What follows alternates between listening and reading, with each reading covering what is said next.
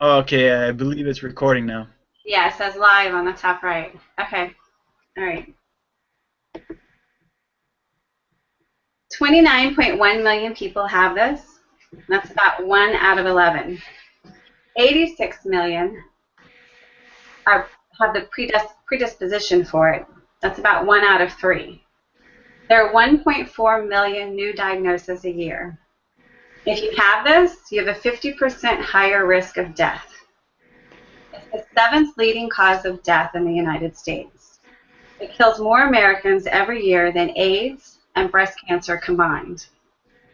And if the present trend continues, as many as 1 in 3 American adults will have it in 2050. So look around the room tonight. Chances are that one of us has it and doesn't know it or will get it. What is this? It's a totally preventable, silent, but devastating disease that affects everyone's quality of life. It's diabetes mellitus. My first encounter with diabetes was with my cousin Jeff when I was about 10. He was in his early 20s, college student. He had diabetes, refused to believe that he had it, didn't treat it, didn't take it seriously. He was found on the floor dead. I learned all about diabetes, including treatment and prevention, when I got my degree and became a registered nurse. Since then, I've participated in many diabetes education seminars, and I've also had the honor of providing care for many diabetic patients. Finally, my dad was diagnosed with type 2 diabetes a few years ago. I'm going to inform you about what diabetes is, the different types, the risk factors, symptoms, complications, and what you can do about it, why it's important to you. The first form of diabetes is called prediabetes. It's when your blood glucose levels, the sugar in your blood, is elevated. It's higher than normal, but not high enough to be diagnosed with diabetes. Prediabetes can be reversed. It can be fixed. Diabetes is when your blood sugar or your blood glucose goes high enough to actually be diagnosed with it. They term that hyperglycemia. The way insulin, which is the hormone that's in your body, works is when you eat food, your body breaks it down into glucose and sends it into the blood. The hormone insulin gets secreted by your pancreas, moves the glucose from the blood into your cells to provide nutrients for your cells. It's either used as fuel for energy right away or stored for later. In a person with diabetes, there's a problem with the insulin, the hormone insulin. Not all people have the same problem. Type 1 diabetics, the body doesn't make enough insulin. You can get it at any age. There's no way to prevent it. It's usually common in children and young adults. Type 2, the body cannot use the insulin that's been produced properly. It also can develop at any age. Most cases can be prevented, and at least 1 out of 3 people will develop this disease in their lifetime. 1.7 million people 20 years and older were diagnosed with diabetes in 2012. So what are the risk factors? The risk factors for type 2 diabetes, the most common is being overweight, but you don't have to be overweight to get it. In fact, 15% of people with type 2 diabetes aren't overweight at all. According to the National Institutes of Health, they have a condition known as TOFI, thin outside, fat inside, undetectable by appearance, and usually not tested by doctors because they don't have the typical symptom. TOFI happens when fat that would normally build up under your skin shows up on your abdominal organs. It's called visceral fat. This visceral fat is way worse than any muffin top. Yo-yo dieting, chronic stress, neglecting exercise, and using food only to regulate your weight contribute to this. And the only way to get rid of visceral fat is through exercise. Genetics also play a role in the development of diabetes. Lean young people might be at bigger risk if one of their also lean relatives has diabetes. If both your parents have type 2, your chance of getting it's about 50%. If both parents and a sibling have it, it increases fourfold.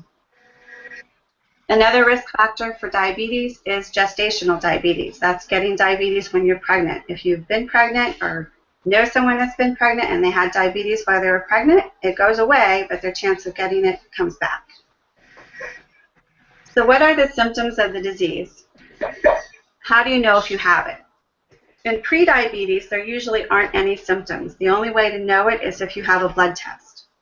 If you actually have diabetes, you will feel thirsty, hungry, very tired, you'll have blurry vision, have tingling in your hands and feet, and you might have sores or wounds that don't heal very well. The only way to know for sure is to get checked. And most doctors, like I said, won't check for it unless you have typical risk factors by being overweight. Symptoms don't show up until the disease is well on its way. Remember, prediabetes is reversible and type 2 diabetes is not. What else can you do? Know your blood pressure. Normal blood pressure is 120/80. 71% of diabetics over 18 had blood pressure greater than or equal to 140/90. Know your cholesterol levels. 65% of diabetics over 18 had LDL, which is the lousy cholesterol, greater than or equal to 100. So why is it important? What are the complications? If you don't prevent it and you do wind up with type 2 diabetes, you can have serious eye problems. You have 40% risk of getting glaucoma. Diabetic retinopathy is a general term for all disorders of the retina caused by diabetes. Your retina can be severely damaged before you notice any changes in your vision, and it can cause you to go blind. Kidney failure. The kidneys filter and remove waste from the blood. High levels of blood sugar make the kidneys filter too much blood. In time, it stresses the kidneys. They lose their filtering ability, and waste products build up in the blood. Finally, the kidneys fail. Now, not everyone with diabetes develops kidney disease. The better a person keeps diabetes and blood pressure under control, the lower the chance of getting kidney disease. Kidney disease, again, produces no symptoms until all function is gone. Once the kidneys fail, dialysis or transplant is your only options.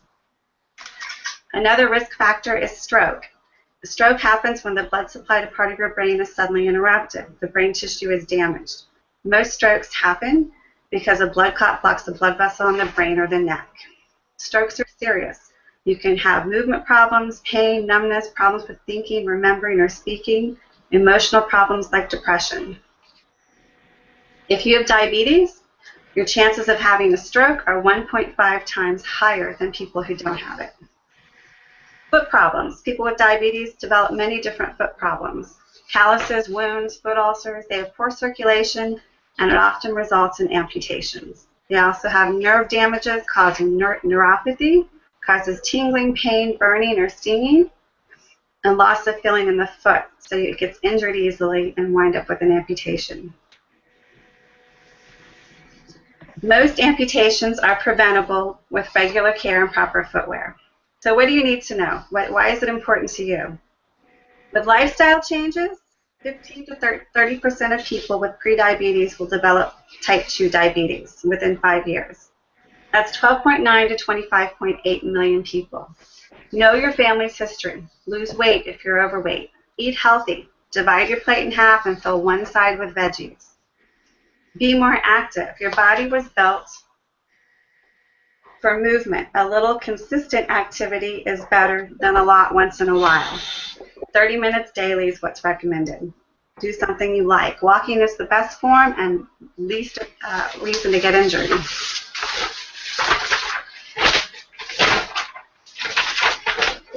Okay, so the CDC did a study with the American Diabetes Association, and they found that if people lose 5 to 7% of their body weight through healthier eating and 150 minutes of physical activity a week, for a person who weighs 200 pounds, that's only 10 to 14 pounds, it can make a big impact. You can reduce your risk of diabetes type 2 by 58%. Just one can of Coke, I know people drink soda still, one can of Coke increases your risk by 20% for diabetes. That's pretty substantial. So, diabetes is not only costly to humans and your quality of life, but it's also costly to our society. There's $245 million spent annually for medical costs and lost work and wages for people diagnosed with diabetes. Medical costs are twice as high for people with diabetes. Medications are expensive, and not all are covered by the insurance or the government, and they keep going up. If you have or you get diabetes, your medical expenditures will be 2.3 times higher. So remember when I told you to look around the room and that someone here would have diabetes or pre-diabetes? I would have never suspected it as I have no symptoms. A couple of months ago, I was told I was pre-diabetic. In fact, ultrasound images of my abdomen showed changes that were already happening to my liver and my kidneys. I started lifestyle changes, lost 20 pounds, and I'm no longer pre-diabetic. All of my blood work is normal. So lifestyle changes do work at any age. You can learn more at cdc.gov/diabetes and diabetes.org.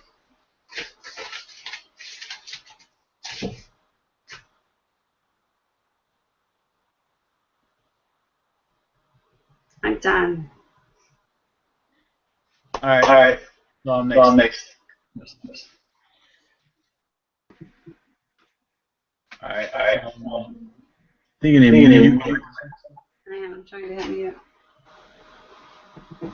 You have an echo. Hello? Hang on. All right. Hello? Okay, so I hope everybody's having a good night tonight, and I hope everybody's getting ready for their spring break. A lot of people want to be able to do things on vacation, spend money that they don't have, but there's one thing that you can do to change your lifestyle, which maybe a little bit of people are willing to do, but a majority of them don't have the guts to really do it. And what I'm talking about is your online business and becoming an entrepreneur. When you become an entrepreneur online, the possibilities are endless. The amount of money that you can earn online is whatever you put your mind to, you could definitely make it happen.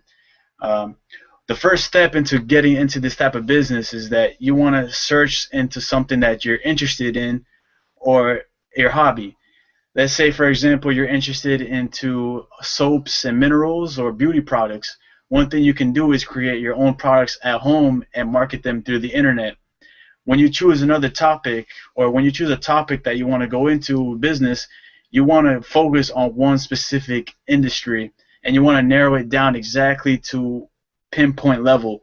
For example, if you're selling shoes, you're going to be competing against Nike, Adidas, Louis Vuitton, all these shoes online. What you really want to do is you want to target the people that are searching a specific item, and that will help narrow down the searches on Google when you put your website online. In order to put your website online, you're going to have to make your own website, and they have a couple of free websites that you can use to create your online website, which is pretty user friendly, which pretty much anybody can do. An example of that is WordPress.com and also Wix.com. These websites allow you to create your own websites freely and easily. They have all the instructions on there. It's pretty straightforward. After you have your product online, what you need to do is you need to market and advertise. When you advertise your product online, I suggest that you invest into Google AdSense, which is basically an advertisement program for Google. So when somebody searches up a product, your product is going to get searched up into Google. But then again, it is very difficult because there is a lot of competition out there. So what you need to do is you need to network your web page with other pages as well.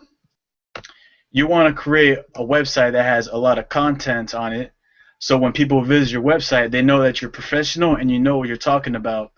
When a customer visits your website, the first thing that should pop up on your website is a pop-up that displays, if you want to receive 20%, all you have to do is include your name and your email address, and we'll send you the coupon through the email. Some people enter their information, or some people exit out of the pop-up window. When they exit out the pop-up window, they continue searching the website on whatever they came there for. But it is very important to get their email address, because now you can influence them to probably buy something in the future. because now you have the email, so in the future you can send them additional discounts or promotions within a week or two. Whenever they want to buy something else, they're going to remember that they have a promotional coupon in their email. So now they're going to reference back to your email, and then they're going to start linking back to your website, and now that's how they get that discount to buy your product that you wanted. In order to get on Google, it can be a very, very difficult thing to become on the first page. Your goal is to become on the first page, because when people, honestly, when you search for something online, whether you're shopping or searching for a service, majority of the people never go past the first page. So your goal is to become on the first page. But in order to get onto the first page, you need to do a lot of networking. You need to do a lot of networking with other companies or other websites as well. For instance, there's another website that offers vacation rentals, hotels. They offer that type of service. In that website, they'll probably have additional links or coupons on how they can probably get like an Uber taxi coupon. And once the customer clicks on that coupon, it refers them back to your page. And what Google does is when they see two websites linking in together, then that means that these two companies are legitimate services that are actually doing the best for the customers. When you do have a product and you want to sell it, you also have to come up with an e-commerce software or a program. A lot of these programs are offered on Google. You can simply do a Google search and search up e-commerce platforms, which basically what they do is they take charge of all your payments, all your customer information. So now the customer knows that you have a legitimate company working behind you. After you have a product and you want it to get shipped, next you have to have a shipping and receiving platform. Some companies offer shipping and receiving service at their own facility instead of you having the facility at your own house. But then again, that might be a little bit costly for you. Obviously, it's more cheaper if you do it out of your own house. But once you start getting more clientele, you will want to elaborate your workspace and probably hire a small warehouse or a small office. One thing I would do is if you're having trouble deciding on which kind of business you want to get into, I would search up a couple of words that come up on top of my mind, like what are the most popular things that are in my lifestyle. And what I came up with is you could invest, or you could search up a flow chart, as you can see in the textbook. Basically, what you want to do is you want to write down all your ideas that you have. And after you have all your ideas, it doesn't matter if you have 50 ideas, 100 ideas. What you really want to do is you want to narrow it down to one specific idea that's going to be more beneficial for you. So what I did is, an example that I went through is choosing a clothing line. Here I have a clothing line diagram. Basically, I chose clothing. Next, I want to subcategorize onto what specific clothing I'm going to get into, whether that be baby clothing, adult clothing, or senior citizens.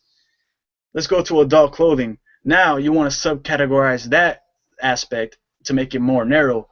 So now it's either, I chose two options, which is either business casual attire or business attire or casual attire.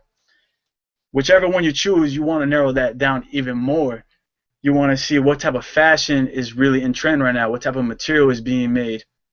Also, you want to see if you're going to be advertising and marketing towards the gender, whether that be male or female, because what you really want to do is you want to target one specific individual or one specific base of clientele that are searching for your product. Yeah, so after you sell your products and everything, I would suggest sending a thank you letter, probably a small gift, offer them some more discounts.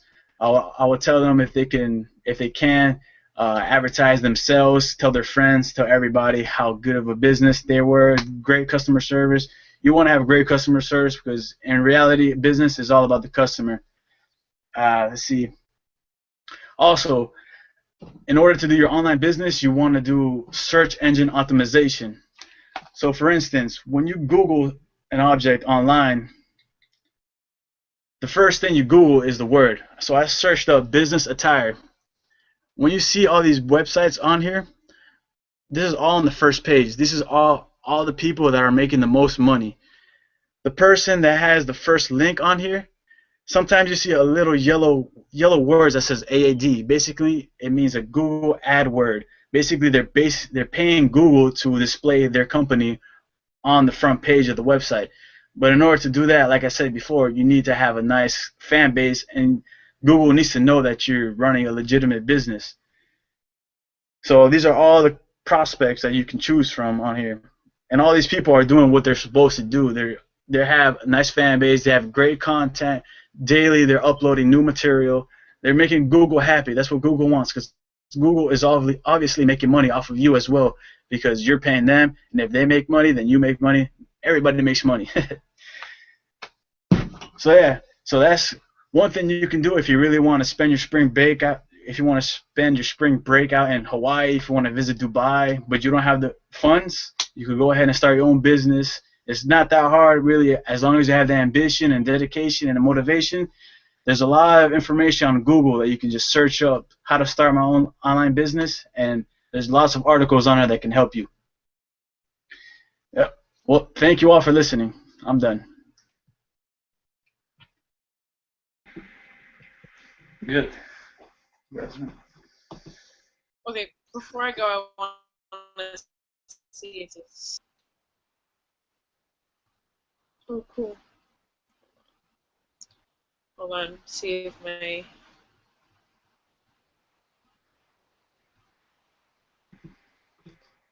Sorry, do we have to show like graphics and stuff like that in this presentation? You see the lizards?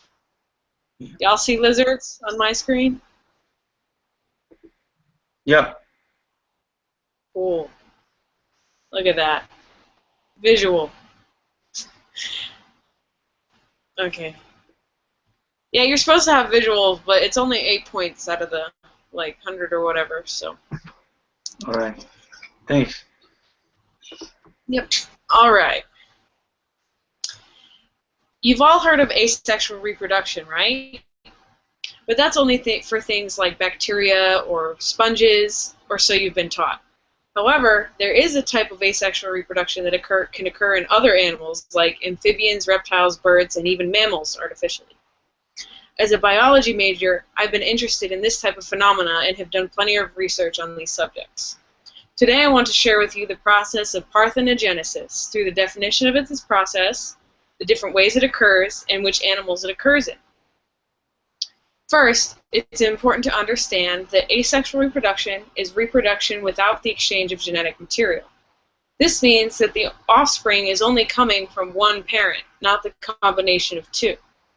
In parthenogenesis, there's no male contribution to the offspring. Only the mother's genetic material is passed on. Depending on the type of parthenogenesis, the offspring can have anywhere between all or half of the mother's genetic material. This process happens in the same way that normal sexual reproduction would occur. It simply lacks the male contribution. Now that we've considered what parthenogenesis is, let's look at its different forms. There are two main types, apopmictic and automictic. In apopmictic parthenogenesis, the egg cells did not undergo meiosis, only mitosis, where the cells duplicate while maintaining the same number of chromosomes. The egg cells then develop into embryos directly from those cells. This process results in full clones, since the egg cells are exact duplicates of the mother cells. However, meiosis is involved in automictic parthenogenesis. The egg cells undergo meiosis, where the number of chromosome numbers is split in half. In some cases, these halves recombine, in others they don't. This process results in half clones due to that recombination or lack thereof, since it makes them genetically different from their mothers.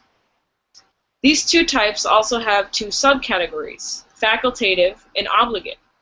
When parthenogenesis is facultative, the organism can also produce by normal sexual reproduction, while obligative parthenogenesis is when organisms can only reproduce asexually. After you've considered what it is and its forms, you can relate this information to animals that use this process. There are many invertebrates that use this type of reproduction. Among the most common are aphids, ants, bees, and wasps, in which the males are reproduced parthenogenically. There's a type of crayfish, which is an obligate parthenogenic species, which consists only of females. In reptiles, certain species of geckos, rock lizards, Komodo dragons, and snakes have all been found to reproduce parthenogenetically. I'm going to share with you a picture of some of the lizards that reproduce in this way. In the center, that is the all-female lizard species, which only produces parthenogenically. It resulted from the two on the sides breeding with each other. So that middle is a hybrid species.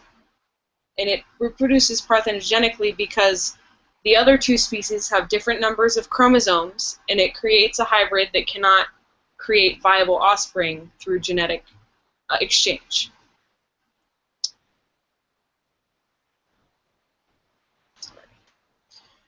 So, some species are obligate and unisex in that case, with all female members. Others are facultative and use both forms of reproduction.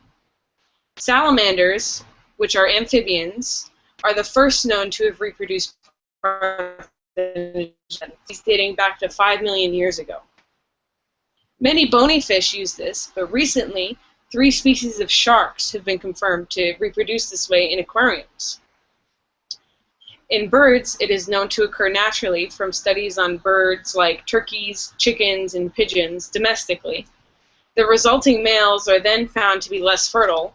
However, the offspring often die before or soon after birth. This process does not occur naturally in mammals. However, scientists have induced the process in rabbits, mice, and monkeys, although the offspring typically develop normally, or abnormally. A human embryo has been created parthenogenically, but due to genetic constraints, it could never develop properly. They are now using these parthenogenic human cells for stem cell research, so that diseases can be genetically altered to be specific to each woman. Although you wouldn't think so, many animals can reproduce asexually through the process of parthenogenesis, and this process has been taking place for millions of years, although it has only been recently observed. And that's it.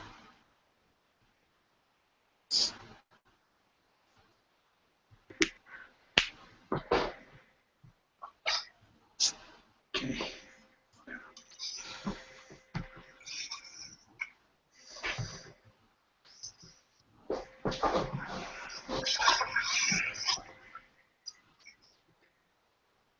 This year, one of the most important questions you're going to have to answer to yourself is going to be, are you ready to vote? We're on the footsteps of the presidential primary election. Here in Florida is going to be on March 15, and my purpose of this speech is I want to inform you what is the process of electing a presidential candidate for each party in the United States. I'm going to be talking more about the primary elections, which are the first ones to come. As of today, we have 7 candidates. 5 of them are on the Republican Party, and 2 of them are on the Democrat Party. These parties are the 2 big ones that they fight each other on the voting polls in all elections. We also have independents and liberals, but this year nobody's running, so we only have 2 parties. The three things you need to know before voting, it will be the difference. I would like to make a difference so you can understand what the Republicans think about and what the Democrats think about. And also, I want to make a difference between, in the primary elections, some states decide to do caucuses, and some states decide to do a primary election. Florida is a primary election method. And also, the number of delegates, what are delegates, and how they affect and how they are counted to make a presidential nomination for a candidate, because only one will get the position to actually go to the final round, which is another process. But I'm going to be talking only about the primary election, which is going on today. I'm going to start with the difference between Republicans and Democrats. Some of the I'm going to mention three differences between them, and one of them is tax policies. On tax policies, they always differ. Republicans believe that they have to cut taxes to everybody, to businesses, to high income, low income, and middle income. Everybody should get a cut. The problem with that is that then the government will be short of money to try to pay for the expenses that the government has every day and every year for the budget, for the national budget. So that's why the Democrats don't like that proposal too much. And the Democrats believe that they have to cut taxes on the low income and medium income people and increase the taxes on the high income people and corporations. What the Republicans see that as a problem is that many companies and big corporations wouldn't like to pay that much tax, and that's why they leave the country. So it's a debate that's constantly going on, and that's one of the main difference, tax policies. The second one is social issues. Republicans are conservative. They're against abortion, against many things in the social, against same-sex marriage, against many of those things. They're conservative, and Democrats are liberals or progressive. They believe in you can do whatever you want, and that's what the new era is all about. So that's why they have so much support from the people. So they differ on social issues. And on education, the Democrats believe in Common Core. They believe that all the education should be done in Washington and spread to all the country, and everybody should be teach the same curriculum or the same way. That has a little bit of controversy with the Republicans because they believe that the education should be local and people should teach their children the way they were raised based on their cultures, based on their stuff, which differs by state or city by city. And that's the main difference. Those are three differences. Next, I'm going to start talking about the process of electing a president nomination. Candidacy. That depends on the state. For example, Florida is a primary election state. We do the voting like normal process. We go to the ballot, we scratch or we take the candidate we like and we put the vote in the ballot, and that's it. Some other states, for example Nevada, they use a caucus process. And the caucus process is that people gather in big areas and they get into circles, into groups. And when the time comes, they will ask who wants to vote for this candidate, and they will raise their hands and they will count them one by one. That's a caucus process. Some people don't like that process because they say they can miscount or some error. There's margin for error. So, but some states still do it, like Nevada. So finally, I'm going to talk about the delegates and what are the delegates. So each state has a number of delegates, and those delegates are the number of votes that the winner takes. For example,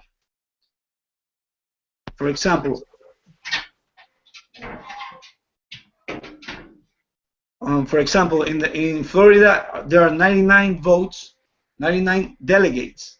Whoever wins takes most of the 99, but it goes proportional depending on how many votes the nominated gets. And it's a little complex process how they work. Each state has a number of delegates, and the delegates depends on the population, on the registered voters that they have, and on the square miles they have of territory. So, for example, Texas is a big state. They take 150 delegates. Florida is a medium state. They take 99, and so on. Some states take 20, like example, New Hampshire. So in conclusion, my purpose is just to make understand a little bit about the process in this important issue that we all going to have to face this year. We're going into a historic turnover of voters this year. There's nothing like it. There are going to be millions and millions of people, and some of us are undecided on which way to go. If by knowing a little bit more about this process, you can get to understand better your candidate and make your decision based more on knowing how to do it. Decide your vote, understanding the difference between Republicans and Democrats, caucus and primaries, and delegates needed. Your vote counts. So on March 15 and November 11, whatever you're doing, get out and vote.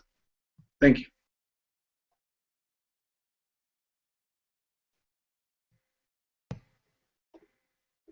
All right.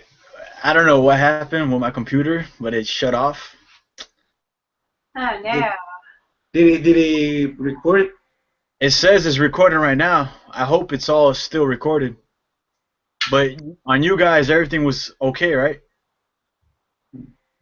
I still saw him giving a speech, so but I don't know if it recorded. I hope he didn't, because it was terrible. No, it wasn't. Yeah. Well, all right. I'm gonna stop it right now, and I'm gonna see if it's saved or not. I hope it does. Okay. Okay.